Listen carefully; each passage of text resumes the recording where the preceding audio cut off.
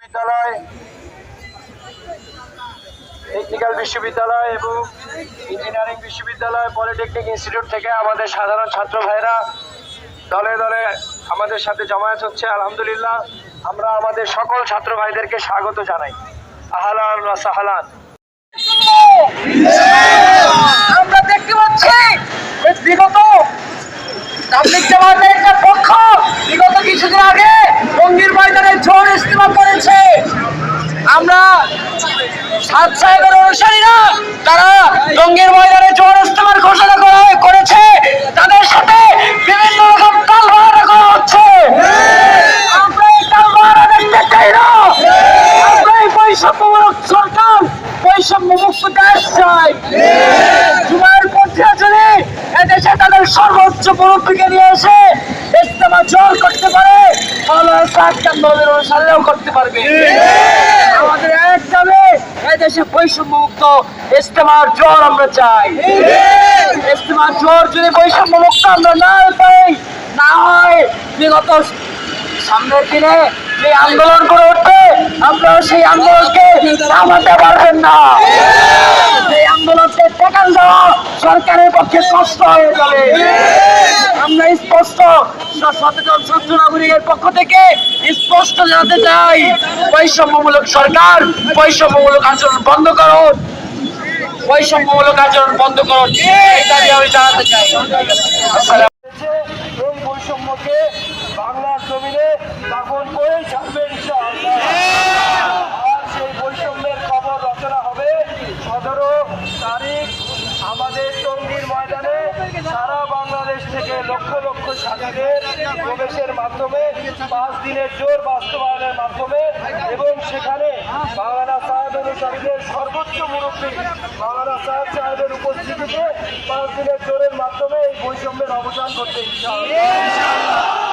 এই বৈষম্য দূর করতে গিয়ে আমাদের সামনে যদি কোনো অপশক্তি এসে দাঁড়ায়, আমরা সেই অপশক্তিকে জুলাইতে যেভাবে রুখে দিয়েছি, সামনেও ঠিক সেইভাবেই রুখে দিয়েছি।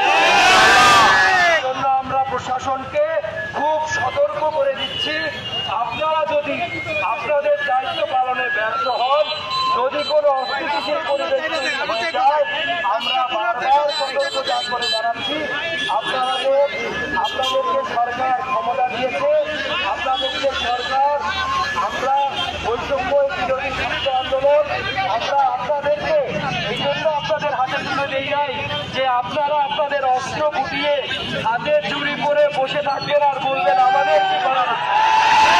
আপনাদের যদি কিছুই করার না থাকে, তবে আপনাদেরকে হুঁশিয়ারি দিয়ে বলবো, আপনারা আপনাদের দায়িত্ব ছেড়ে দিন, আমাদের হাতে দায়িত্ব দিয়ে দিন। কিভাবে আদায় করে নিতে হয় সেটা আমাদের ভালো করেই জানা আছে। ছাত্র সমাজ বলে যে 17 বছরের ফ্যাসিস্ট সরকারের বিরুদ্ধে থেকে যেভাবে নিজেদের দাবিকে আদায় করে নিয়েছে, সামনের দিনগুলোতেও নিজেদের দাবিকে সেভাবেই আদায় করে নেবে। জন্য আমরা প্রশাসনকে এখনো সময় দিচ্ছি, তবে আমাদের হাতে আর বেশি সময় নাই, আমাদের হাতে সময় খুব অল্প। এই জন্য আমরা আজ সচেতন ছাত্র সমাজ থেকে আপনাদেরকে বলে যে আগামী 16 তারিখ 12টা 11:59 পর্যন্ত আপনাদেরকে আলটিমেটাম দিচ্ছি। এর ভিতরে যদি আপনারা টঙ্গীর ময়দানকে মাওলানা সাদ সাহেবের অনুসারীদের জন্য খালি করে দিয়ে বৈষম্যকে মাটি চাপা না দেন, সেদিন ময়দানে কি হবে আমরা জানি না। সারা বাংলাদেশের বৈষম্য নিপীড়নের এই জনতাকে আমাদের পক্ষে আর বুঝিয়ে রাখা সম্ভব হবে না। আর সারা বাংলাদেশের সচেতন ছাত্র সমাজ, লক্ষাধিক ছাত্র সমাজ সারা বাংলাদেশ থেকে প্রধান উপদেষ্টার বাসভবনে অবস্থান নেওয়ার জন্য দৃঢ় প্রতিজ্ঞাবদ্ধ। আমরা চাই না আমাদের প্রধান উপদেষ্টাকে কোনো কেউ বিব্রত করুক, আমরা চাই না এই দেশে কোনো অস্থিতিশীল পরিবেশ তৈরি হোক, আমরা চাই না কোনো অসাম্প্রদায়িক শক্তি মাথাচাড়া দিয়ে উঠুক। এই জন্য আমরা চাই এই বৈষম্যের কারণে এই ধরনের পরিস্থিতি তৈরি হওয়ার সম্ভাবনা তৈরি হয়। এই ধরনের বৈষম্য আমাদের মাননীয় প্রধান উপদেষ্টা এবং তার সরকার এবং তার সহযোগী যত প্রশাসন আছে তারা শক্ত হাতে দমন করবে ইনশাআল্লাহ। ইনশাআল্লাহ।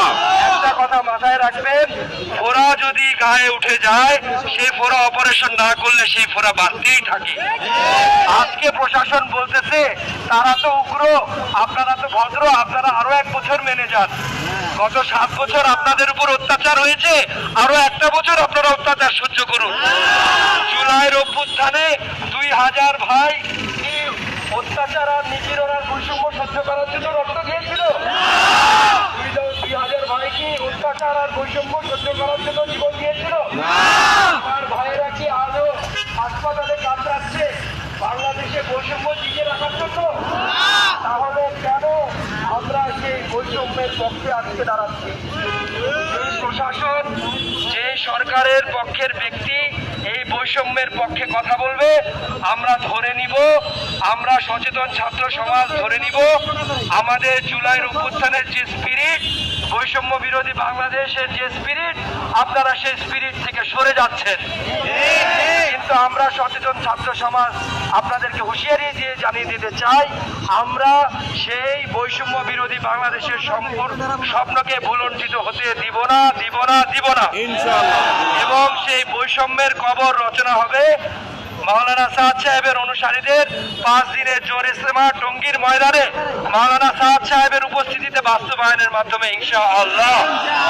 এজন্য আমরা সবাই তৈরি আছি তো ভাই ইনশাআল্লাহ? সারা বাংলাদেশের ছাত্র সমাজ তৈরি আছে তো ইনশাআল্লাহ? সারা বাংলাদেশের সকল ছাত্র জনতা তৈরি আছে তো ইনশাআল্লাহ? বাংলাদেশের ইসলাম প্রিয় মানুষ সবাই তৈরি আছে তো ইনশাআল্লাহ? যে কোনো মুহূর্তে যে কোনো টাকা যে কোনো কর্মসূচি বাস্তবায়নের জন্য তৈরি আছি তো ইনশাআল্লাহ? আমরা এই কথা বলে আমি আমার বক্তব্য শেষ করতে যাচ্ছি।